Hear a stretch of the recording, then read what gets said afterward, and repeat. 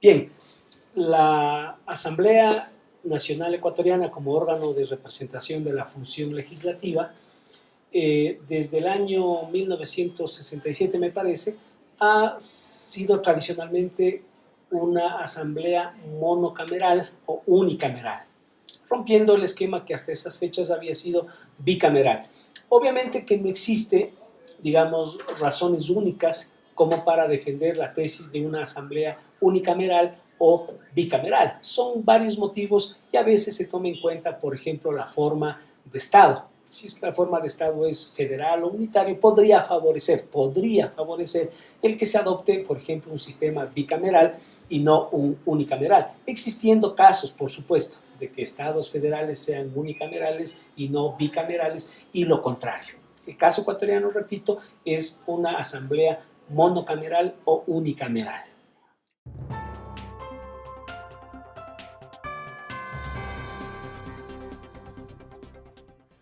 De acuerdo con la Constitución, la sede de la Asamblea Nacional es la ciudad de Quito y está compuesta por miembros que ahora se les ha denominado asambleístas. Todos los asambleístas son elegidos por votación popular y si bien existe una distinción de asambleístas por circunscripciones, no significa que la calidad de ellos sea distinta. Por lo tanto, la Asamblea Nacional está integrada por asambleístas que durarán en sus funciones 4 años.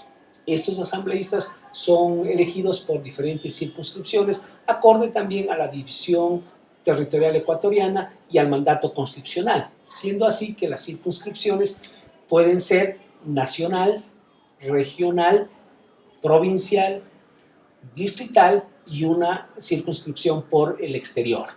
Entonces, la Asamblea Nacional actualmente estaría compuesto por asambleístas que han provenido de la votación popular de estas diferentes circunscripciones.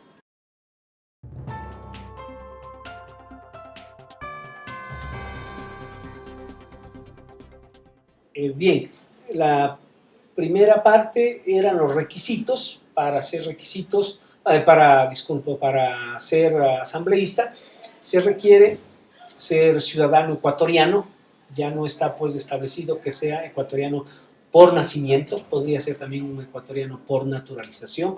Se requiere además estar en el goce de los derechos de participación política o derechos políticos como solíamos conocerlos anteriormente, y además haber cumplido al momento de la inscripción de la candidatura la edad de 18 años. Eso en cuanto a los requisitos.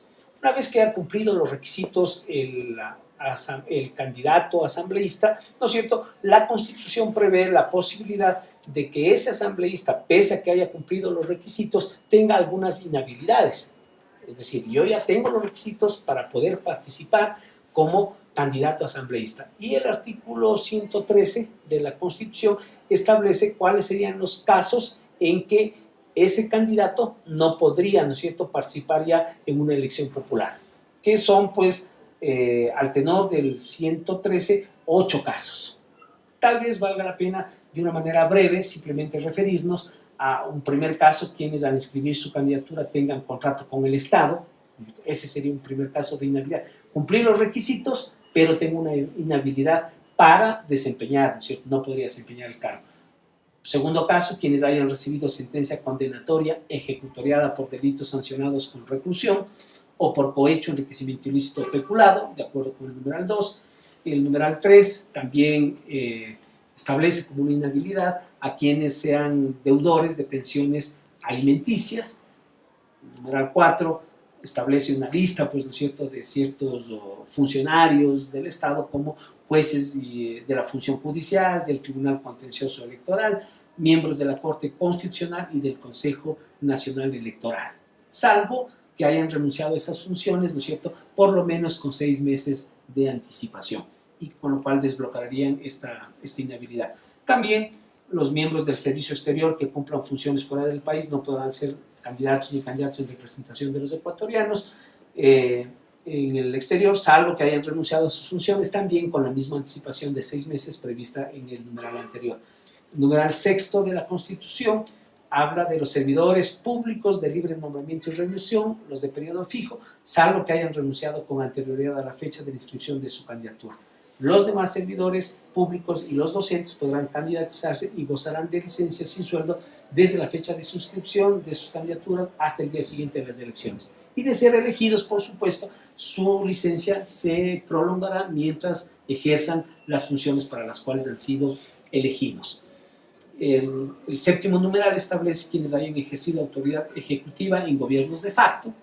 Pues allí, pues, ¿no es cierto?, se trata de poner una inhabilidad para quienes no han contribuido, pues, con el sostenimiento de la democracia en el país, y se ha pensado, pues, no en esta constitución sino en las anteriores también, bloquear la participación, poner una inhabilidad a quienes participaron o ejercieron alguna autoridad en gobiernos de facto. Y por último, los miembros de las Fuerzas Armadas y de la Policía Nacional en servicio activo. Esos serían los casos en que, ¿no es cierto?, está establecida por la Constitución los casos de las inhabilidades. Y de otra parte, ¿no es cierto?, en el artículo 127 de la Constitución se establece, en cambio, las incompatibilidades para el ejercicio del cargo de asambleísta. Y obviamente serían los casos en que, no cumpliendo los requisitos y pudiendo y estar hábil, ¿no es cierto?, para ejercer, no podría, ¿no es cierto?, ejercer el cargo de asambleísta, y son asimismo siete incompatibilidades previstas en la Constitución. La primera, de acuerdo con el numeral 1, es desempeñar en ninguna otra función pública o privada, ni dedicarse a sus actividades profesionales si fueran incompatibles con su cargo. Obviamente que respecto de este y todas las causales siempre existe, pues, alguna discusión sobre la precisión de la norma jurídica. La otra incompatibilidad va a ser la del numeral 2, ofrecer, tramitar, recibir o administrar recursos del presupuesto general del Estado, salvo los destinados para el funcionamiento del propio órgano para el cual han sido elegidos. También gestionar nombramientos de cargos públicos, eso es, ¿no es cierto?, una causal más. Percibir dietas u otros ingresos de fondos públicos que no sean los correspondientes a la función que desempeñan, en este caso de asambleístas. Aceptar nombramientos, delegaciones, comisiones o representaciones remuneradas de otras funciones del Estado. Integrar directorios de otros cuerpos colegiados, de instituciones o empresas en las que tengan participación el Estado, y celebrar contratos con entidades del sector público.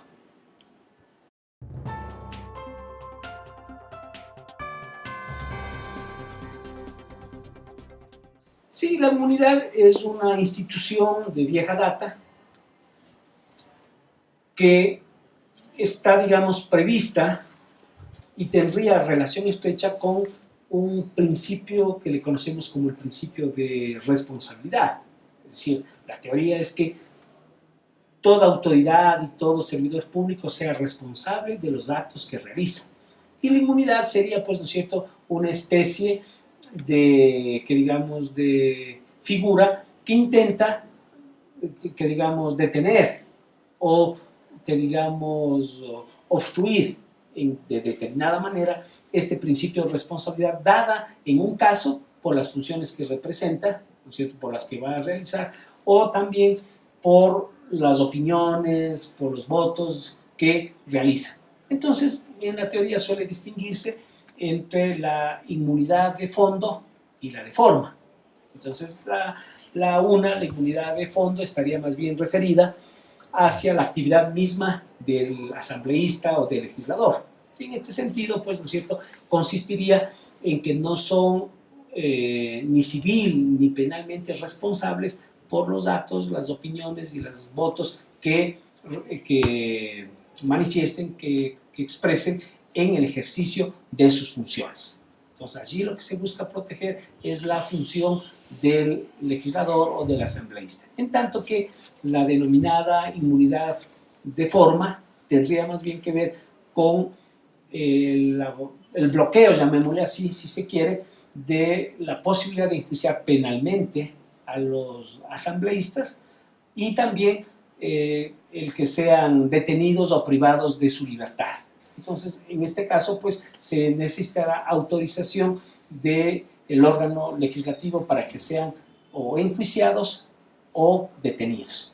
Excepto el caso, claro está, ¿no es cierto?, de los delitos flagrantes, en los que pues, la detención no requiere, como es obvio, ¿no es cierto?, de una autorización, en este caso legislativa.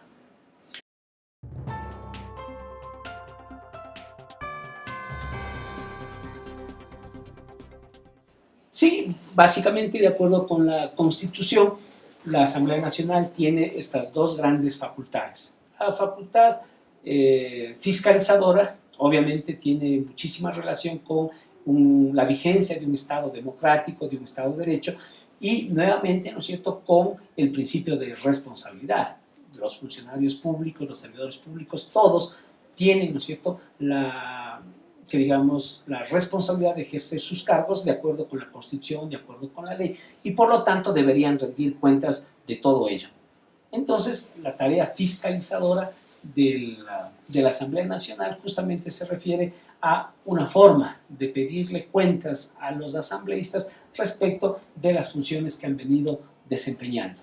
Esa tarea fiscalizadora que realiza la Asamblea respecto de los funcionarios en general, de los servidores públicos, dice la Constitución, puede, ¿no es cierto?, concretarse en dos grandes actos, en dos grandes instancias o figuras. La una sería el juicio político y la otra sería a través del requerimiento de información.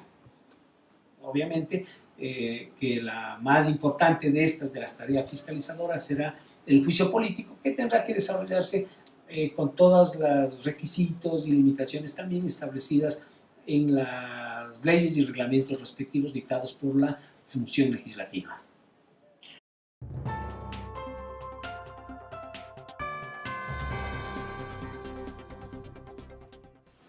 Sí, en cuanto al indulto, tendríamos que precisar que es una facultad judicial que se le ha entregado a la Asamblea Nacional y que consiste en la remisión que hace, ¿no es cierto?, la Asamblea Nacional de la pena que ha sido establecida en contra de una determinada persona en cuanto al indulto. Es decir, el indulto tiene relación con la posibilidad de que por motivos humanitarios la Asamblea Nacional borre, si vale la expresión, ¿no es cierto?, o haga la remisión de la pena de una persona concreta que ha sido sentenciada por el cometimiento de un delito.